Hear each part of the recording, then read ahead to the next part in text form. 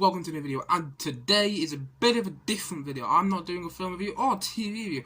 I am ranking all the Doctors. Now, just to make sure, just to say, these are all the Doctors from Christopher Eccleston onwards. I'm not going all the way back to whatever his name was, the old guy from the first Doctor. I'm not going back to Tom Baker. As much as I do like Tom Baker, I'm not going back to him.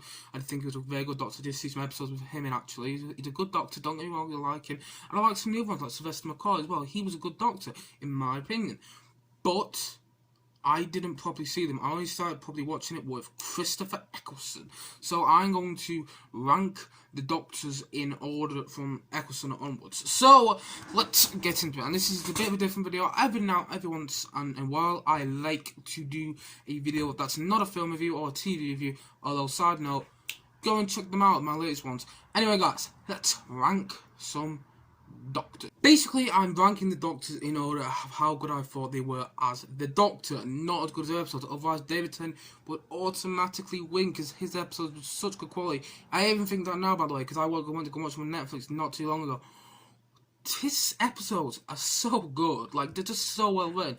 Russell T Davies, who was the writer back then, well done, because you are a good writer. But yes, I'm ranking them in the series in how good they are as a Doctor, not how they are episode-wise, because otherwise Jodie Whittaker goes to the bottom.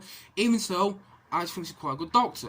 Okay, so without further ado, before I start rambling on again, let's get into my ranking. So at the bottom, this may be no surprise to anyone, at the bottom of my list of ranking of the Doctors from Christopher Eccleston onwards is Peter Capaldi. Now, I just thought he was a decent Doctor. He wasn't bad, but he wasn't great. I remember seeing some episodes with him, and I was like, okay, I actually like you as an actor, but I just don't believe you're the Doctor. I just never really believed that he could be Doctor. I also thought some of the episodes were really weak with him, and like I said, I'm not going to rank the episodes, but when you have so many weak episodes with one Doctor, it does kind of diminish, you know, how good the Doctor actually is, if you get what I mean. Like, if you keep having good episodes with the Doctor, like David Tennant, but maybe the Doctor isn't on top form in that episode, then, I don't know, you kind of still think highly of him. But that wasn't always the case with Capaldi. No. He had some really bad episodes, in my opinion. I remember watching some of them, and to be honest, that's how bad they are. I can't even remember them.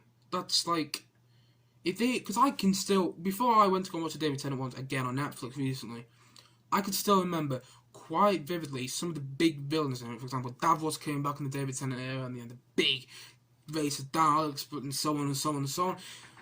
But only the Peter Capaldi one, all I can remember is Davros coming back, and then Peter Capaldi's Doctor kind of threw him out the little thing and started to drive in Davros's Black Dalek thing, which was just weird. But yeah, I really can't remember any villains with him. I remember one episode which was quite good with the submarine. There was a submarine, and he had the Ice Warriors in, that was quite a good episode, that.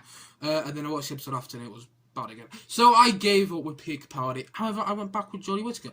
And so, yeah, I'm going to rank Peter Capaldi at the bottom. But saying that, I do actually think he was a good actor, just maybe not the right fit for the Doctor. At number 4 on ranking the Doctors, because obviously Peter Capaldi was number 5th, at number 4 is Christopher Eccleston. Now, I know you're going to know people are going to jump in, oh, he was a good Doctor, he was really good. Not in my opinion. He was alright. He's a good actor. I liked him. Obviously I like him more than Peter Capaldi. But he was alright. I just think he was so short-lived that I just couldn't remember much of him. Saying that, I do actually remember some good episodes of him. Like, I remember an episode which Simon Pegg was also in. That was a good episode. I remember he brought in, like, roles and stuff. But I think, apart from The Empty Child, which is obviously one of his most famous episodes, and the way Captain Jack is brought into that series through him, I just don't really have fond memories of the Christopher Eccleston. I had gone back and I watched a few of them when I was watching the David Tennant ones on Netflix, and it just, I don't know, it just felt a bit lacking some of the episodes and storylines. But, like I said, this is just my opinion, and your opinion might be lots of different. So let me know what you thought of Christopher Eccleston in the comments below. But for me, I'm not a massive guy. I'm saying that, I've seen him in other films, like, I remember I saw him in Shallow Grave not too long ago, and he's fantastic in that. So, you know, I remember him saying he didn't like actually playing Doctor Who, but, you know, you've still got to try. So all in all, I'm gonna put Chris Eccleston at number 4 on my ranking of the Doctors. It wasn't for me, but if it's for you, that was fantastic. If it was for you, that is fantastic. At number 3, I'm going to put Jodie Whittaker. And this may be a bit of a surprise. If you've watched my Doctor Who series 12 review, this may be a bit of a surprise, because I do highly criticise that series, as well as series 11. But I think she's the thing that holds and drives both those two series together. She's so good as a Doctor, in my opinion. I really like her. Now, some people might go, why has he put Jodie Whittaker third? Well, either you haven't watched the episode because it's a female Doctor, and that's a bit sexist when you think about it.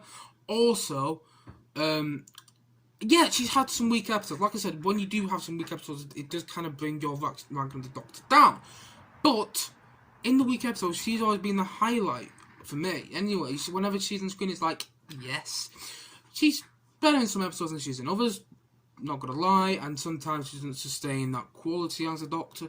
But she's good. She's really good, considering if she's the first female Doctor. I think she's better than Chris Eccleston and Peter Capaldi. Now, don't get angry at me. This is just my opinion. But I think she brings a lot of energy to the episode. And even though her Yorkshire accent is just like, I'm the Doctor. Oh, that was really bad, actually. That was more Scottish. Oh, God. Oh, that was terrible. But yeah, even with a Yorkshire accent, she's still pretty good. I can still believe she's a Doctor. I like her in Doctor Who. And if you don't, fair enough. But I actually think she brings a lot of energy to these recent episodes. And I'm not saying she's the best Doctor. Don't get me wrong. There is other better Doctors. But for me, I quite enjoy seeing her on screen. What can I say? I'm a fan of Jodie Whittaker as a Doctor, and I'm going to put her at number 3 on my rankings of the Doctor. At number 2 on my list, again, you might have already guessed this. This is a pretty predictable list, if I'm being honest. But in number 2, I'm going to put Matt Smith. I love Matt Smith. He's a fantastic actor. After David Tennant, I had so much expectations, like, oh, God, is it going to go shit? And it didn't. It still sustained its quality. It was so good with Matt Smith for the first series, and a bit of the second series, which is until series 5 and series 6. Series 7, it slipped in quality. In series 8, the last episode with Matt Smith, he was good in that episode, but it was really annoying. It was a Christmas special, and it was like, they said it in a town called Christmas. It's a bit on the nose, that. And I wasn't a massive fan of Claire with him, by the way. Claire Oswald, not a massive fan of her. And that's also one of the reasons why I didn't really like the Peter Capaldi. Because, like, yeah, you have to have a good companion. I haven't really touched on that yet. But you have to have a good companion to have, good, sustainable episode. You've got to agree with that. You've got to have a good companion. And I don't really feel that Claire was a good companion. I don't really feel Claire was a good companion. She's not bad. I don't think she's a bad actress. Don't get me wrong. But I didn't really like her as a companion. But that's just me. You may have loved her, and that's fantastic if you did. But she was so... I don't think she worked with Matt Smith. I thought Amy was fantastic with Matt Smith. And Karen Gillian, she's gone on to do loads of things like Jumanji, Call of the Wild, being the Avengers and Guardians of the Galaxy films. So she's come on to do loads. So people obviously liked Amy in it, but for some reason they changed it up. But obviously, yeah, some episodes were better than others, and it got a bit complicated then. But the thing I liked about the first series, Matt Smith, was the crack. They always went back to this crack that was in the wall on each episode, or like the ceiling or something, and it built up so much. Also, he had a fantastic Dalek episode with like the war Dalek. I went to go watch that recently. So good. I enjoyed the episode so much. Some are better than others. I did get a bit convoluted and a bit of this like Pandora's box, or the evil coming out and it's all the Doctor Who villains. That's a bit on the nose, but it was enjoyable, and that's what it needed to be after David Tennant. You could never sustain that quality after Russell T Davies left after writing the David Tennant era. So he couldn't sustain that quality, but you could do something which was just as good or just a tad bit lower, and that's what it was for me. I really enjoyed Matt Smith as Doctor. Also, I think he brings a lot of energy to the Doctor.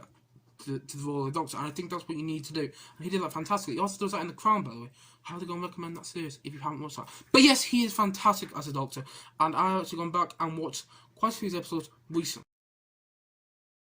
Now here, I'm just going to give an honourable mention to Mr. John Hurt, who played the Doctor in The Day of the Doctor, the 50th anniversary special, which came out in 2016, 2014.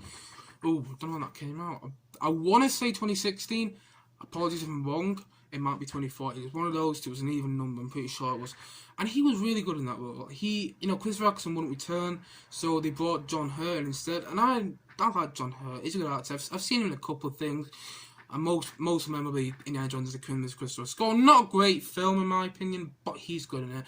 And so John Hurt, he was really nice to see this Doctor. He brought something different to the role, and he brought a lot of energy. Considering his age, then he brought a lot of energy, and I really liked John Hurt as a Doctor, even if it was just like one episode, because he was good. Considering he had to come back for one, he had to go in for one episode, which was the 50th anniversary. It's like quite daunting that.